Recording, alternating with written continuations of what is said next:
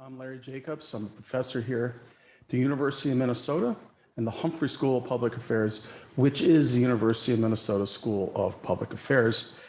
I had the great honor about a dozen years ago to start programming in election administration, and holy smoke, that program has blossomed into something really special. And so I want to tell you a little bit about that and then get us started in this very important conference today.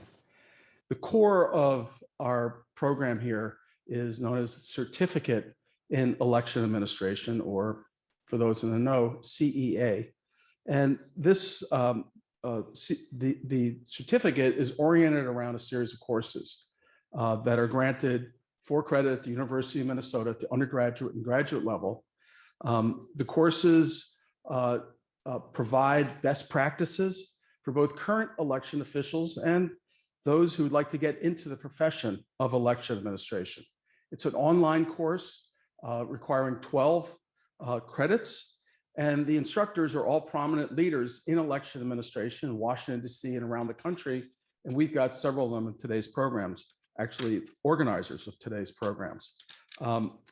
The courses are accessible, of course, 24 hours a day, anywhere in the world, and we find many of our students fitted into their working schedule and their private lives. Placement record for our graduates has been very strong, and we are accepting registration now for both the summer course and for the fall course. If you'd like more information, you can see the link here. Just want to give you a heads up, we've got a terrific course that is being taught by one of our presenters and moderators today, Jennifer Morrell, who in the election world is quite prominent for her work on audits and security.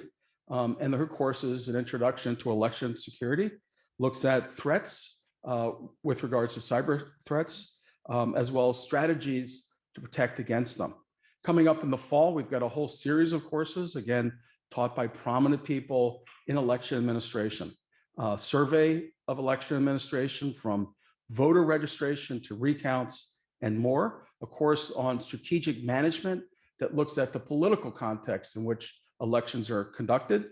Voter participation, which is of course a key issue and faces significant challenges, both in terms of the general population, but then in terms of different groups of voters, including voters of color.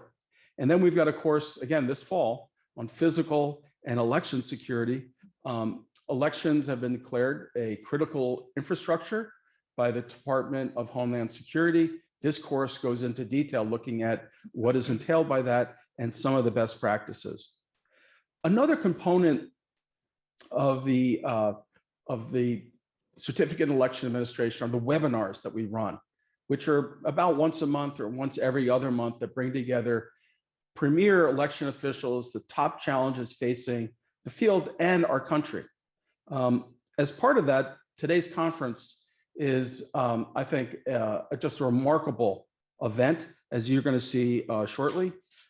It is addressing one of the major challenges that we have in election administration, which is misinformation and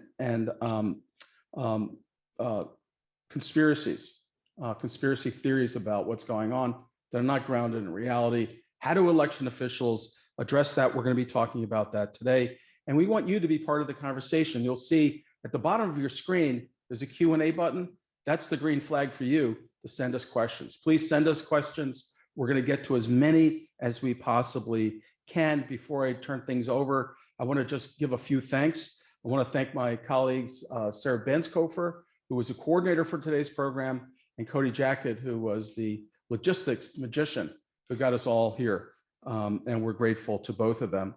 I'd also like to thank the small group that helped to organize today's conference and put together the panels, Jennifer Morrell, Tammy Patrick, and Judd Choate. And without further delay, I'd like to introduce Judd Choate.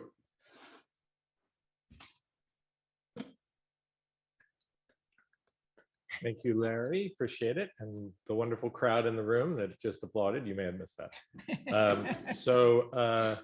I'll give you sort of the run of show that you're going to see today, but I want to sort of start off by kind of describing to you the issue that brought us all here. So Larry and I worked on a paper together, and it was published this year in Annals, or will be. It's about our perspective on the 2020 election, and specifically how that election sort of being framed as an example of the fragility of democracy. And in fact, we believe that it's actually the opposite. It kind of shows all of the gates and checks and balances that go into securing an election, making sure that it's accurate, making sure that all of the work that we all do as elections administrators and those that work in the periphery of elections demonstrate the accuracy of an election outcome. So the conversation in the wider academic world and even in the media world is that that elections are actually in peril, and there is some evidence to worry about that. And frankly, when asked whether elections are dying, my answer is, well, they're a little under the weather because there are some things around elections which are worrisome. But at the same time, there are lots of things that we should feel demonstrate why we should have great confidence in elections and their outcomes.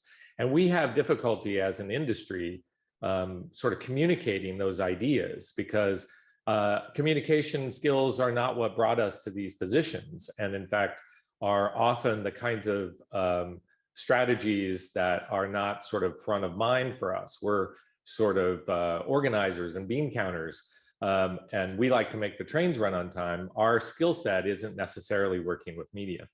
So in having these conversations with Larry prior to working on that project, it became pretty apparent to us as we were working on it that there was a conversational sea change that was happening, where the people who were election deniers and people with conspiracy theories about elections were sort of winning the communications battle.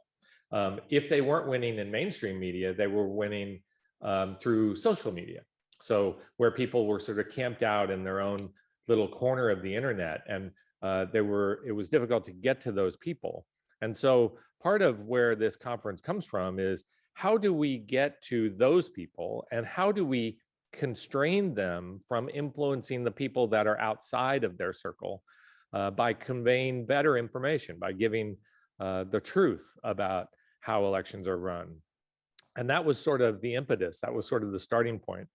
And I'll tell you a personal story, which I think sort of illustrates the problem of 2021 in my mind. I think many of us, perhaps all of us, are on Facebook or some relevant social media. And I had many friends, a lot of whom I grew up with, who I haven't really been in touch with over the last 20 years, but they're friends of mine on Facebook. Well, after the 2020 election, a number of them started posting things about how the election was clearly stolen. And I, after a while, thinking, well, this will go away. And of course, it didn't go away. It kept coming up, and the conspiracies and ideas became grander and more far-fetched. So I reached out to a number of them and said, hey, I don't know if you know this, but you actually know an elections professional, somebody that could really talk to you about some of these issues. And most of them sort of took the hint and stopped posting those things. Maybe they did it on different forums, but they didn't do it on Facebook. But one, who was probably my closest friend of the group, continued to do that. And after a while, I direct messaged her and said, hey, you know, this stuff is pretty offensive to me because it's untrue, and it really counters the work that I do and that many of my friends and colleagues do. We ended up on a phone call with one another, and we talked for an hour, and she asked dozens of questions, and I walked her through everything that we do. And at the end of that conversation, I said, well, you know, how do you feel now? I mean, do you have a little bit more confidence in what we do? And she said, you know, Judd, it sounds like you do amazing work. It sounds like Colorado's doing outstanding, but I still believe the election was stolen. And I said, well, how can you believe that after I've just described all this to you? And she effectively said, I don't want to put words in her mouth, but she effectively said, either you're too stupid to know that it's happening, or you're part of the conspiracy and you're just too good at communicating the story otherwise. And we agreed to disagree, obviously, and we went on with our lives.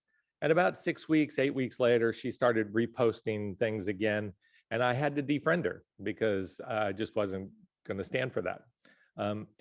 And for me, that was sort of an event of 2021, was sort of illustrative of the challenge that we were faced that year, because it didn't matter that I could sit there and engage with a person one-on-one and communicate all of the things I knew to be true, basically convince her, but yet not be able to get her to understand that what I was saying was accurate, not only for me, but for across the country.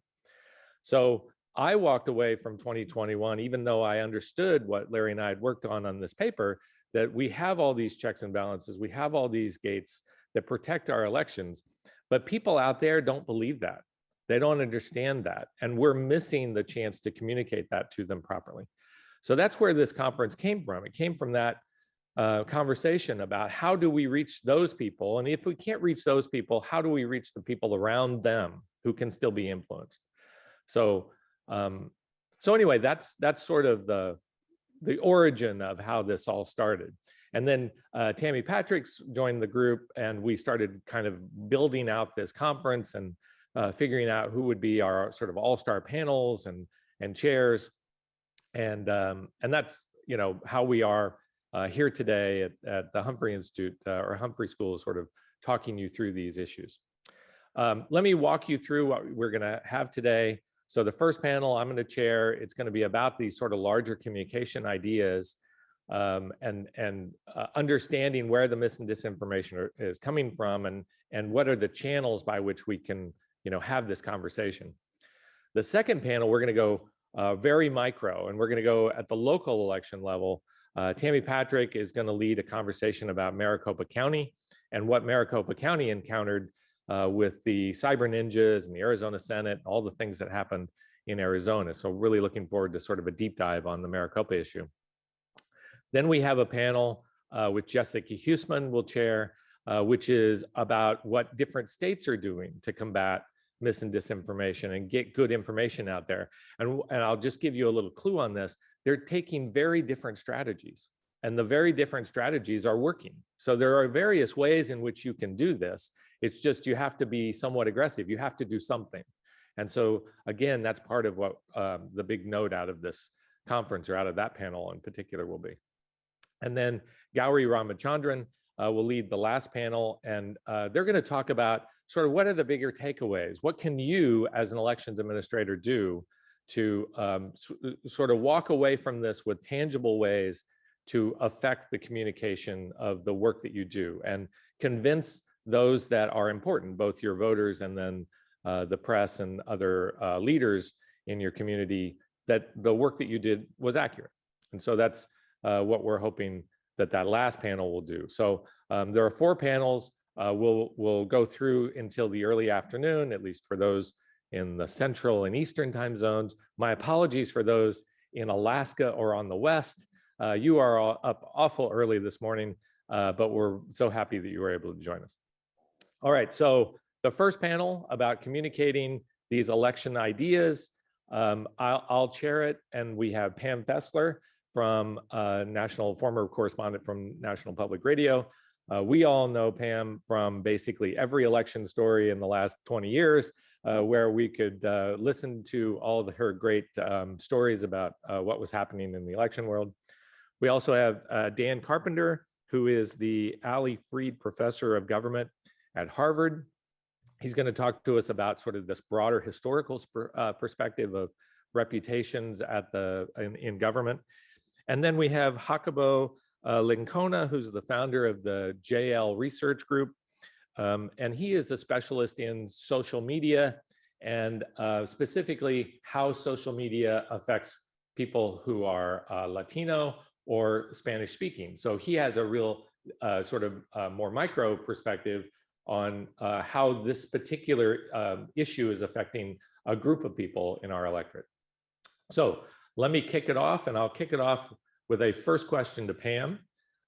So my description of 2021 where I felt like we were clearly, elections administrators were clearly losing the battle of communications, both in the broader perspective in the media, but also through social media and these sort of corners of the internet.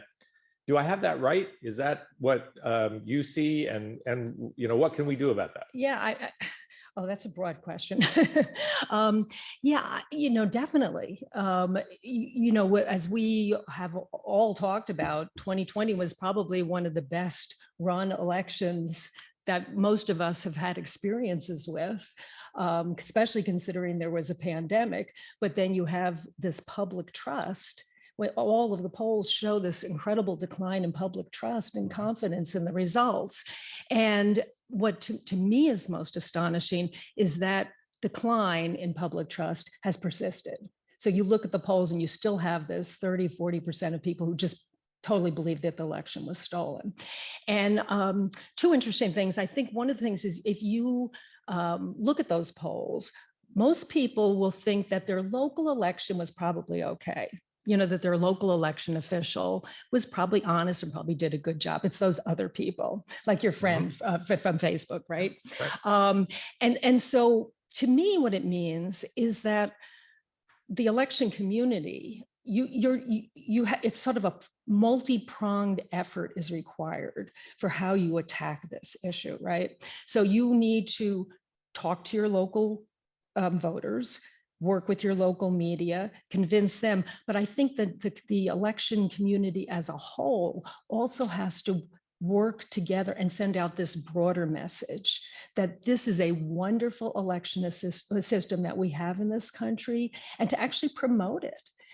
This is, people talk a lot about, and you alluded to this, you guys are bean counters for a lot of part, right? You figure facts and data are going to make your case. But most people who've done research on this, you don't convince people with fact. If they disagree with you, you are not going to persuade them with facts and numbers. You're going to persuade them with something a little bit more essential. You have to get at that. What is it that's making them not want to believe that the elections are secure? And we have to appeal to that, that this is a democratic system. It's a patriotic system. We're all part of it, and make people feel like it is, something that they should support. So it's going to take a whole different mindset than I think a lot of election officials are used to. Yeah, it's almost tapping into emotion more. Oh, much more, and narratives and stories, and like you mentioned, you said, oh, we remember Pam Fessler's stories over the past 20 years.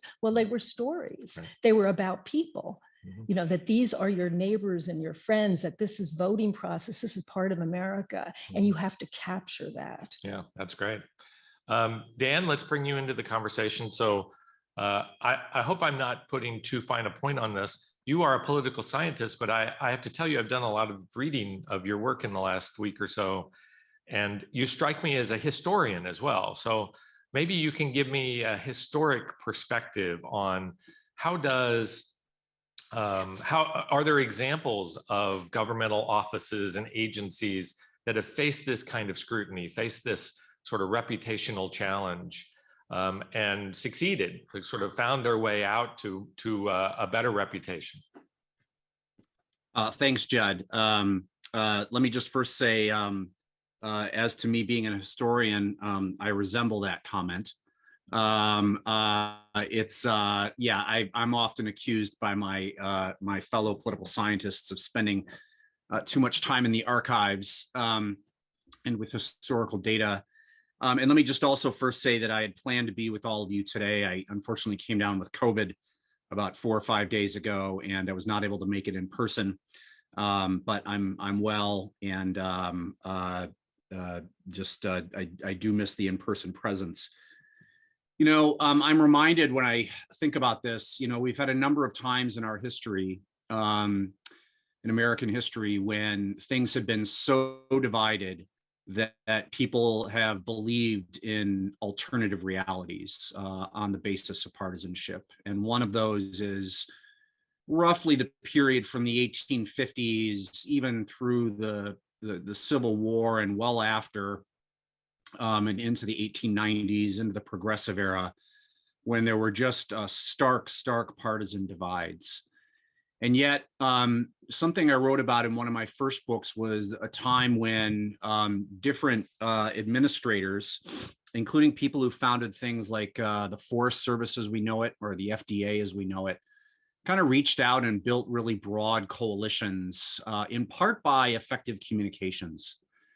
So one of the things I wanted to emphasize in this moment was, I take the title of this event seriously, in the sense of going on the offensive. This is not something we can say, we're just going to lay out the facts, as Pam's stories just mentioned, and as Judd, your story mentioned.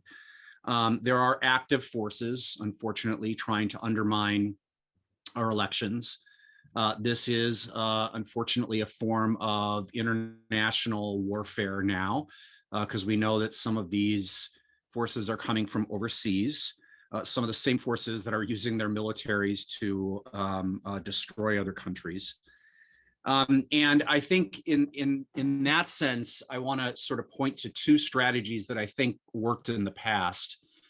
The one is, and I want to agree with everything that Pam just said, and all this, also the suggestions that you just made, Judd.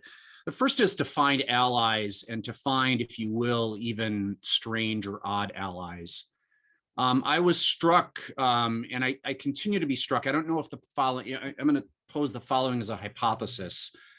Some of the people who, and some of the Republicans who are more likely to stand up to former President Trump and his claim that the election was stolen seem to be from some of the reddest of states. And I'm thinking here of people like Senator Mike Rounds of South Dakota, and others. And I think it's important for, those allies may not be incredibly plentiful, but there may be people willing to come out and say, no, the election was not stolen. And I, as a, ruby red Republican from Utah, from South Dakota, from Idaho, am willing to say this. And I think it's going to be important for election administrators and or others. And maybe this is less of a cross-partisan coalition than a geographic coalition, for people, say, in Michigan and North Carolina to contact their fellow elections administrator and officials in places like Idaho, in places like Montana, and places like North and South Dakota, to say, yeah, here's the way we do all these things, and to kind of come together across the states and do that. The other thing I wanted to mention is, the 2020 election was different in a whole bunch of ways, in part because of the pandemic. If in fact the pandemic recedes, and we hopefully, I'm speaking in aspirational terms here, spend all of us a little less time on our devices, then maybe some of this will wane. But the aspect that also I think I saw at the root of a lot of conspiracy theorizing was mail ballots. Now, many elections in states, Oregon, Colorado, yours, Judd, have been doing this for a long time. But clearly the use of mail ballots arose. And here I think actually there's an opportunity for election administrators to partner with one of the most trusted agencies in American history, which is the U.S. Postal Service. Is the Postal Service always perfectly efficient? No, we know about many mail delays. The vast majority of people trust the postal system for their delivery. And in fact, some of the very constituencies where you've seen, some of the rural constituencies where you've seen people express doubt about the election results are the same constituencies where the post office is most heavily trusted. And if you doubt that, take a look at what's going on in terms of the very few bipartisan things coming out of Congress right now, one of them being postal reform, which just passed the Senate. I don't know the numbers, but overwhelmingly bipartisan. Even deep red Republican constituencies know that they need to invest in the Postal Service. It's a remarkable transformation from, say, even the 1990s. And so exactly how that's done, we can get into, but I actually think that as ballots and as the postal system becomes more and more commonly integrated into our election systems across states, I actually think this presents an opportunity and not a risk. Well, partly a risk, but really a grand opportunity for election administrators. Great, thank you, Dan. Jacobo, let me get you in here. So when we think of sort of disinformation, I think of it, or I have historically thought of it as sort of a monolith. You know, there are people speaking, saying things that are untrue. I react to that as an elections administrator. But in thinking this through and talking to you and some others, it has become apparent to me that it's actually not a monolith. There are particular designs in this mis and disinformation where they're targeting particular audiences. And this is the kind of research you do. So sort of tell us, how has election mis and disinformation been directed directly to Latino voters, to Spanish-speaking voters? Yeah, thanks, Judd. Thank you for letting me be part of this panel. And I think this is a really important conversation to be having. I think when it comes to disinformation, misinformation, targeting the Latino community, targeting communities of color, targeting communities that primarily speak another language than English, I think there's a lot of, they're targeting these communities heavily. It's people in the United States, it's people, foreign governments, it's also, in particular in Spanish, Latin America has a big role to play in this space as well. And I think part of the reason why these communities are being impacted so heavily with this information is because of the lack of resources and understanding of what they're being targeted with. They're often being targeted with the same type of disinformation and misinformation that we see kind of maybe in the broader disinfo ecosystem. So for example, in elections, we definitely see the same stuff as Dan mentioned around like COVID, a lot of the mail process, the vote by mail process, that was a conversation that there was a lot of disinformation around. And maybe not even just disinformation, but also just creating confusion. That's one big piece that is also happening by these same actors. It's not necessarily always disinformation or misinformation, but also just creating so much confusion that you don't really understand how the process works, or you're not really sure what to believe anymore. There's a great level of uncertainty. It's not always that they're believing the information, it's just that they're not really sure what is true or false now. So when it came to the vote by mail process, people were confused on even how to vote by mail, especially in these communities of color. There was definitely a lot of investments as the elections was happening to make sure that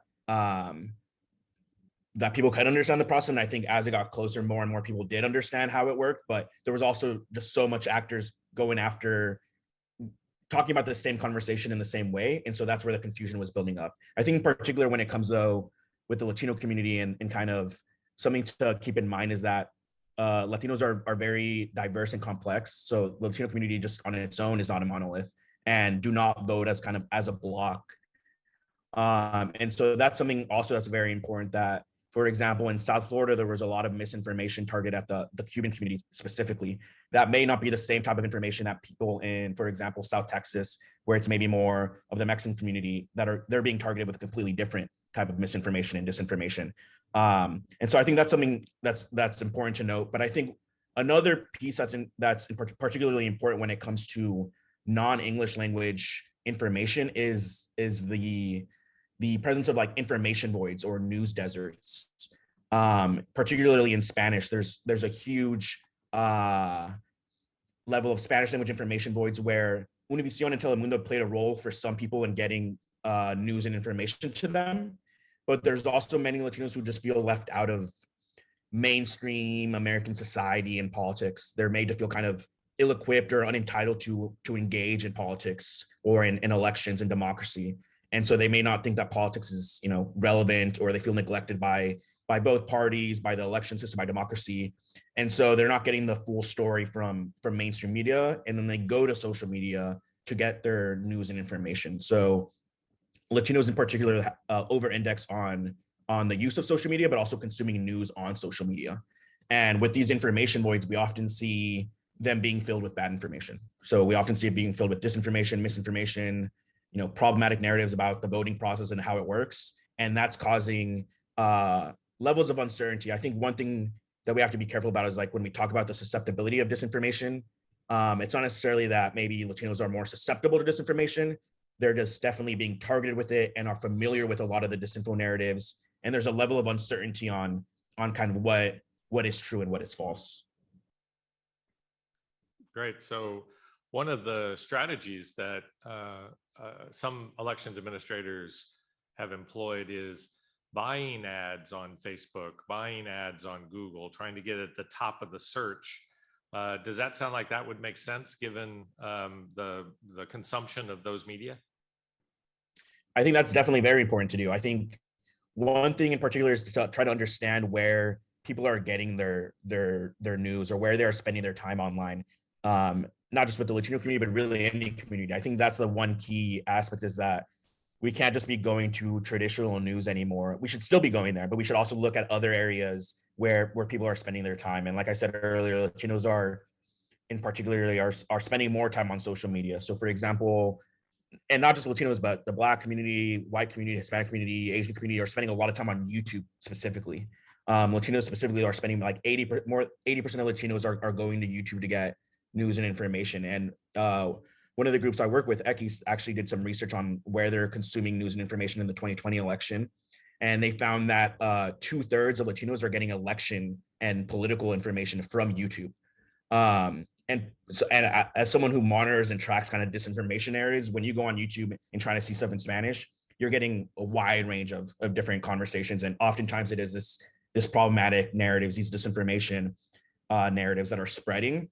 And so it's really important to go where they are. So even creating YouTube videos, or like you said, using Google search to make sure that, when people are searching for election information in Spanish, that maybe the local elections office pops up at the top to make sure that, and in Spanish as well, so that they can kind of understand how the election process works, how to vote and things like that, instead of getting maybe some of this more problematic content that's appearing on Google, YouTube, and Facebook and other social media platforms.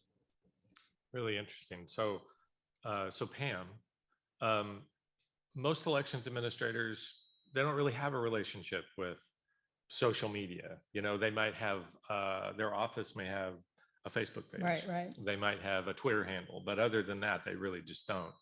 How can elections administrators, both the big ones who have sort of an infrastructure to be able to do this, but elections administrators from small offices where they might have 3 people working elections in an office, how can they sort of tap into this group or develop relationships with local media to try to get that message out? Well, I was interested in what Jacobo said, because there's been some research that was done, I guess it was in 2000, a survey of election offices. And they found that, I was shocked by this. While most have websites, right?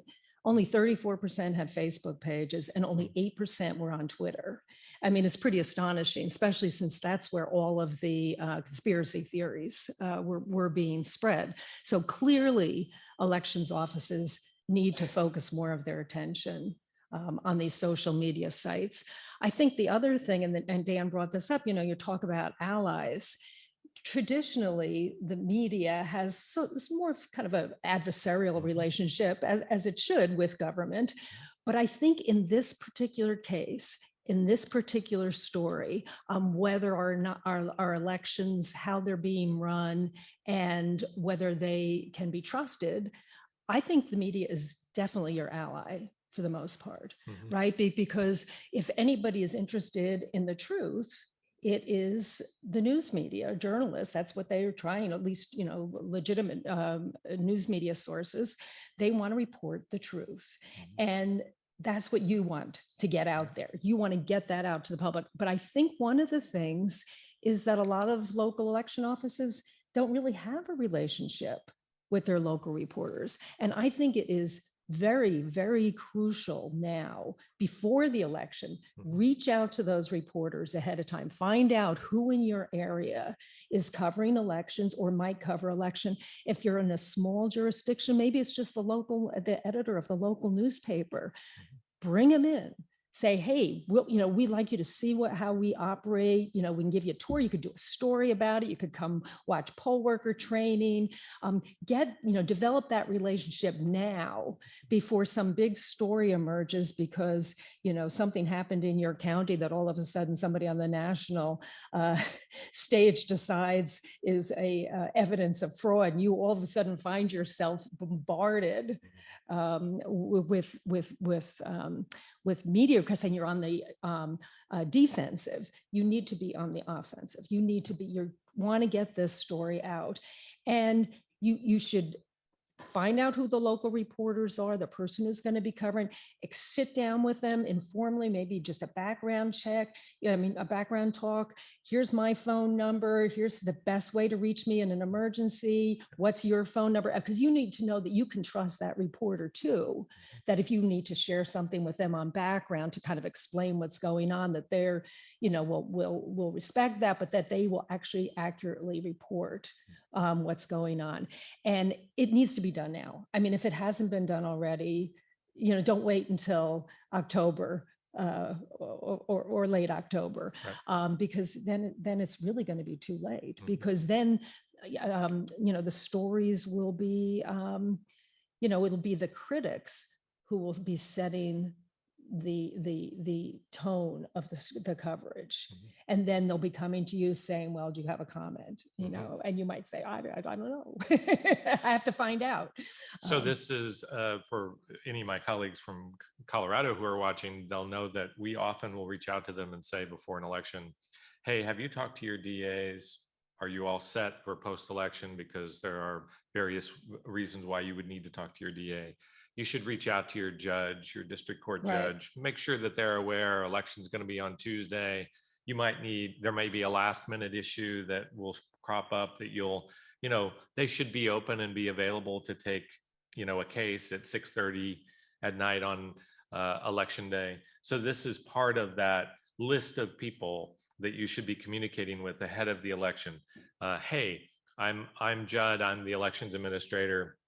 You know me a little bit, but let's exchange cell numbers. Let's make sure that you can contact me if you have questions and I can alert you to some issue that's pending. Right. And because of 2020, especially, you have a lot more reporters who are going to be covering the 2022 election and covering it from the aspect of, did everything go okay?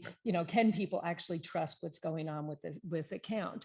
And you have a lot of reporters who've never covered this before. As you know, for many years, I was the only person who did it. I mean, now there are a lot more. I mean, especially since 2016, I think you have a lot more. But it's really important in the same way that you educate your voters on how the process works. So you need to educate your voters. You need to help educate the reporters. Yeah. And if that exposes you to maybe some coverage about things that aren't working well, that's good. I mean, what you want, if there's something that's not working well, then fix it. It's part of the cost of getting coverage and being transparent. This is a process that we all are part of. And clearly some people want to make sure that it's, that the public can trust you. And quite frankly, the public is going to trust you more if you sometimes admit if something is wrong and you're transparent about it and say, look, this didn't work, and we're going to try and fix it. Yeah, the lemonade scenario. Right. Now, can I just say one other thing? The one thing is that, of course, our media landscape is so different now. So you do have the mainstream news organizations, but you do have all these other media outlets, and also social media sources that might not actually be interested in covering things accurately. So you have to kind of figure out which are the ones that can be more of your allies in exposing the build truth. the right relationships. Right. Yeah. Great. So Dan, I alluded to the fact that that Larry and I were on a panel earlier this week in which they suggested that democracy was dying or democracy was in decline. Do you see that? Is that something that's at all worrisome to you, that in fact we are sort of on the precipice of the decline of democracy? Yes, I want to, I mean, this is a global phenomenon. And I think, I want to recommend an excellent book by my two colleagues, Stephen Levitsky and Daniel Ziblatt, called How Democracies Die. And, I think the argument that they're pointing to and the concerns that they're pointing to are not so much, a military coup or an authoritarian takeover by an executive official, but that, different forces, often parties, it often happens when a party says, all right, we're just going to kind of game the system and use the rules. It's happened in Hungary. It's happened in part in Turkey, happened in some other places. Gerrymandering is a big problem. And so, do I have a sour prediction about, the death of American democracy in the next 10 to 20 years? No, but I think people need to be vigilant. And it is going to depend on many of the same kinds of, just to put quite frankly, battles that we're talking about here. People who are pushing for, healthy, fair, systematized elections are, going to also have to be pushing for healthy, fair, systematized legislative processes, courts, and criminal justice, and a range of other things. I guess just, I wanted to add two things I think that are related in this respect to what Pam and Jacobo said. The first, in Jacobo's point about YouTube, I found interesting, and I think it's worth doing this for election administrators and for state government officials to think about doing this. I mean, and many already are. Is to use celebrities and or surrogates or public service announcements. And when I say celebrities, it doesn't just mean the person who's the best known on the planet. In part because we're dealing with a highly variegated, media and consumption landscape. It might mean somebody who is a celebrity in, as Jacobo said, South Texas or in the Miami area. Or in Michigan, in Minnesota, and to find an ally like that, and literally, have a Democrat and a Republican, or people who are quite different, stand on camera and say, "Hey, look, you can trust your local elections. We've seen this. We toured around. We did the tour that Judd and Pam just talked about of." Looking at the processes in the last election, you can trust this, that kind of thing. Is that going to persuade everybody? Is that going to persuade the hardest nosed conspiracy theorists? No, but I think it could potentially make an important dent. I think the other thing is that needs to happen. And again, this is, I think, might sound a little bit more aggressive in the sense of going on the offensive, but there are some people who are casting doubt on these election results, who are conspiracy theorists, and there are some, unfortunately, who are we're dealing with the forces of global authoritarianism. And this is, again, especially coming out of places like Russia. And other countries. And I think, sometimes one needs to know who your enemy is, and at some level, undermine them actively. And what I mean by that is, what we saw in the last election was some cases where there were election or voting machine companies that actively sued the people who were, casting doubt on their machines. And that did more than put those folks on the hook for multi-million-dollar judgments. It also forced them into depositions, forced them into discovery. It used the lawful tools, not unlawful, but lawful Republican, small r Republican tools of our legal system to basically compel those people to testify truthfully as to what they were saying. And, you know, that's always potentially, you know, should the machinery of the courts be used in cases like this? It depends. If somebody, you know, go back to Schenck v. US, the right to free speech does not include the right to yell fire in a crowded theater.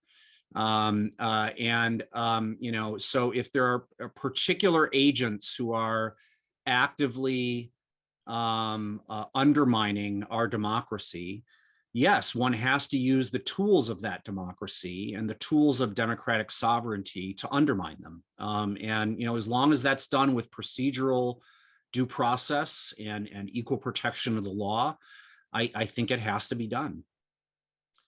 That's a really great point, and several great points there. I jotted some notes down.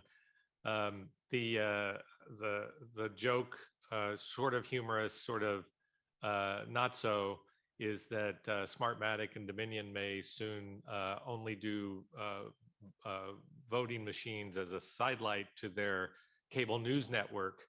Of course, we'll see how that goes, because all of that is currently in litigation. So we had an online question that's perfect for you, Jacobo. Paul Huffman asks, so participation in elections has become more difficult. And I think this is especially the case in many areas where there are larger populations of Latino voters or Spanish language voters. And does this mean that we as elections administrators really need to sort of proactively be doing education campaigns on how the elections are run? What are the changes? And in doing that, get out in front of these issues, get in the conversation, become the trusted source that people can look to and engage with. Yeah, definitely. I mean, I think Pam and Dan both made really good points about building trust with local reporters or surrogates or celebrities. I think that's something that's very important to do. And I think it's important to do it not just like leading up to the election, but have it consistent, like not think of it from a election cycle perspective, because I think a lot of the work is viewed that way, but building trust always, even in 2023, when there may, I mean, some counties may have elections, but even if there's a non-election year, to continue building that trust and have it ongoing and not necessarily just focus on it, you know, in October or September leading up to the election when it may already be too late, or there's already been so much disinformation spreading for months, or since 2020, it hasn't really even kind of stopped the disinformation era. So kind of building that trust from the very beginning and continuing to build that communication, I think is key. And I think one thing that Judd, you mentioned is that some, or Pam, you mentioned that some don't even have social media profiles or things like that. And I think maybe it may be difficult to build that presence online. Like, does an average voter want to follow their election administration office? Maybe not, or maybe they don't have that interest. So what can we do to build that instead of building the actual social media profile? Is doing what Pam and Dan said. What if there's local, maybe it's not a celebrity, but local trusted messengers in the community?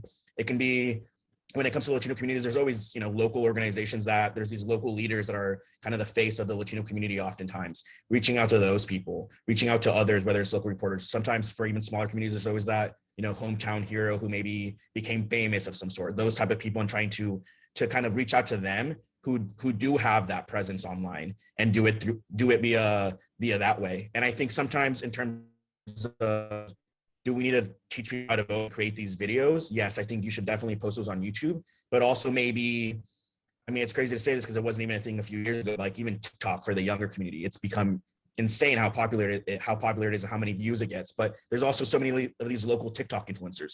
What if you teach them to do the video? Like, tell them to teach people how to vote, how to use the vote by mail process, or other influencers, instead of doing it yourself, just teaching them to do it, but at the same time making sure that you also have, you know, those YouTube videos on your own website or on so that people can access those sources. but maybe having it from a wide variety of different people kind of talking about it. I think that's very important. So Jacobo, you demonstrate how much cooler you are than I am, because in my mind, I was thinking what we really need to do is do a bunch of these you're a bill on Capitol Hill kind of 3 to 5 minute videos, and you're talking about TikTok. You're like so much more sophisticated than I am. But what do you think of that idea? I mean, I learned how Congress worked by watching ABC Sunday Morning. Does that make sense? I mean, I don't think it doesn't not make sense. I think it should definitely be, you should definitely have those videos if you can make them, if you can do those videos and have them up, because I think there's some people who do want to see that. There are people who do want to go to the local election office, who do, when people refer to your official source, refer to, more credible news and information. I think a lot of people often do go to the, the .gov websites, the local county websites. And so I think it's important to have those there. I think just doing both is key, making sure that, because there's so many people consuming news in so many different ways, having it in different avenues, I think is important. Yeah, if I can add something to that, and it's in some research I'm doing, I'm trying to work on a communications guide for our local election officials with the elections group. One of the things that seems to be pretty effective is some jurisdictions are starting to use social media, right? And so they'll have a very brief message, which research shows the briefer the better. That's what's going to get attention. That's what's going to actually resonate with people. But they might have a link to something that's a little like your video on how a bill is made or whatever, or how a vote is happening. So it's good to have that information available, but that's not what's going to necessarily bring people in. And actually, one other point I did want to make, and this goes a little bit back to what Dan was saying. Talking about allies, I've noticed that there's a lot of reticence among election officials, local election officials, to speak for other jurisdictions, right? They'll say, look, I know our system is secure, things are, very good here. I'm not 100%, it's probably okay over there in the next state, but I don't know. But I really think that election officials have to get over that. I think there are things that you can talk about. That most of these allegations of fraud and irregularities are not true. How well trained people are, even in other states. You certainly know what requirements there are within your own state and security measures. And I think people, that as a community have to speak up for the national system. Mm-hmm. Yeah, actually, so I'm a big baseball fan. Everybody who knows me knows that. I always think of it as the fields are never shaped the same. The dynamics of the field are different in each park, but we're all basically playing the same game. We're all doing it effectively the same way. Right. So when you communicate that your election is being run well, you should also at the same time be communicating that other people's elections are also being run well. Right, because those efforts to undercut confidence somewhere else and attack somewhere else is affecting confidence in your system as well. Absolutely. Yeah. So we have time for just like one more quick question. You brought up the guide. I want you to kind of describe this a little bit, the work that you've been doing with the election group, and when will we see that? And can people get a hold of it so that they can maybe use it to sort of bring out some of these ideas? Yeah, it's going to be pretty soon. I would say within a month. Certainly, it'll be available, and it'll be available to basically anybody who wants it. And we're just trying to look at, what are the things that election officials can do. Some of which we have talked about here today, such as, getting these relationships with local reporters, getting allies, working with, coalitions, and also more broadly, how to tell that story of elections, right? That story that's going to inspire people, not only to want to vote, but also to believe in the system. And it's going to be really good. Yeah. Well, your name's attached to it, so I'm sure it will be. I really don't know what I'm talking about, but it will read well. Well, so we are all out of time. It seems like 45 minutes flew by. I want to thank Dan Carpenter, Jacobo, Licona. By the way, you should know, Dan, I hope you feel better. He's been under the weather and unable to join us in person. And Jacobo is literally moving today, and he took time from a move to come and join us on this panel. So we really appreciate that. And of course, the world-renowned Pam Fessler, too, for joining us. It was a fantastic panel. We're going to take a moment, and Tammy's going to come up, and she's going to kick off her panel. So thank you very much, everybody. Thank you.